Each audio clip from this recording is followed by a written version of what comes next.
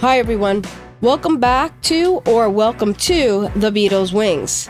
Today we're continuing with our dive into the fascinating life of key figures from the Beatles' inner circle, with the life of Peter Brown.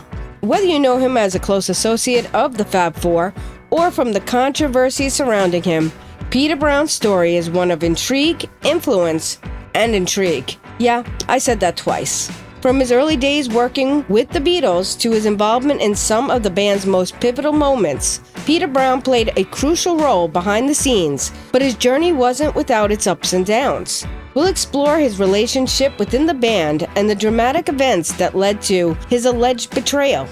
So grab a seat and get ready for the life of Peter Brown, one of the most perplexing figures in Beatles history. Let's get started. Peter Brown was born on April 6, 1943 in Liverpool, England.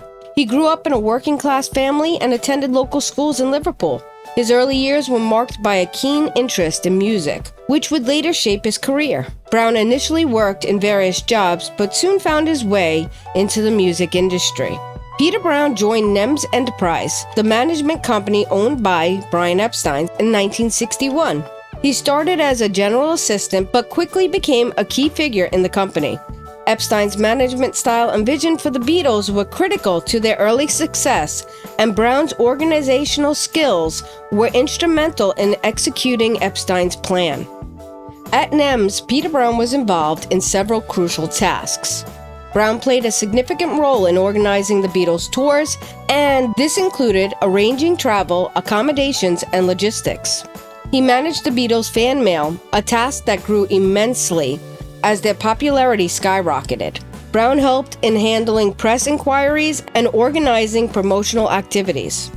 When Brian Epstein passed away in August 1967, Peter Brown's role became even more prominent.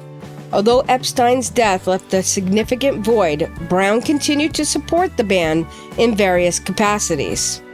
Brown helped manage the transition period following Epstein's death.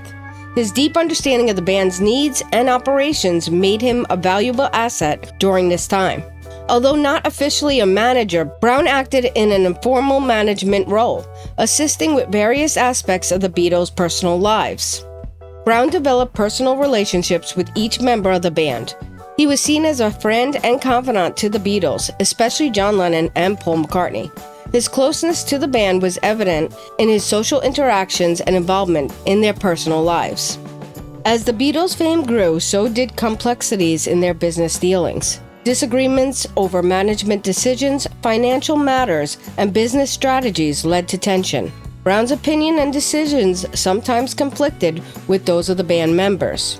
In 1969, the Beatles decided to bring Allen Klein on board as their new manager. Klein's aggressive and unconventional approach to management clashed with Brown's more traditional methods. This change created friction between Brown and the band. Brown, who had been loyal to Epstein, was not supportive of Klein, leading to a deterioration in his relationships with the Beatles. There were private disagreements and conflicts, including differing views on how the Beatles' career should be managed. Publicity, the transition period, was challenging for all involved, and the internal conflicts within the band likely contributed to the strained relationship with Brown. Throughout the 1970s and beyond, Peter Brown's interactions with the Beatles were characterized by a mix of professional distance and occasional public commentary. His role in their history remained significant, even as his direct involvement with the band members diminished over time. Here's a more detailed look at his connections with the band members in the 1970s and beyond. After the Beatles disbanded, Peter Brown remained involved in the music industry. He worked with other artists and projects, but his association with the Beatles continued to be a notable part of his career. He sometimes acted as a liaison or consultant in matters related to the former band members. Brown had a complicated relationship with John Lennon during the 1970s. Lennon was known for his outspoken nature and shifting relationships with those around him. While Brown was not closely involved with Lennon's solo career, he was still a part of the broader music industry network that included Lennon's circle. Their interactions were cordial, but not particularly close. McCartney's post-Beatle career was marked with his work with Wings and his solo projects. Brown and McCartney's relationship became more strained over time, especially with the business disputes and the management changes that occurred during the late 1960s and early 70s. Despite this, Brown was occasionally involved in McCartney-related matters, though their interactions were more formal than personal. George Harrison's post-Beatles career involved the focus on his solo music, including the landmark Concert for Bangladesh in 1971. Brown's relationship with Harrison was somewhat distant during this period.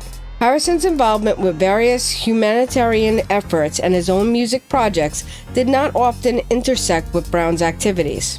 Ringo Starr maintained a relatively low profile compared to his former bandmates in the 1970s. Brown's interactions with Starr were minimal, and there were no significant collaborations or notable professional involvement between them during this time. As the decades progressed, Peter Brown occasionally made public appearances and interviews where he discussed his experiences with the Beatles. These appearances sometimes involved reminiscing about the early days with the band and sharing insights into their time together.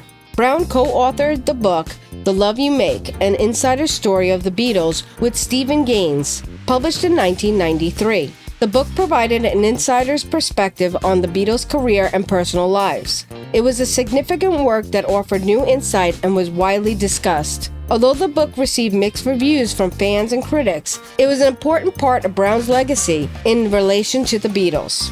In the years following the release of the book, Peter Brown remained a figure of interest for the Beatle fans and researchers. His insight into the band's history and his experiences with them continued to be valued, though his direct interactions with the surviving Beatles became increasingly infrequent.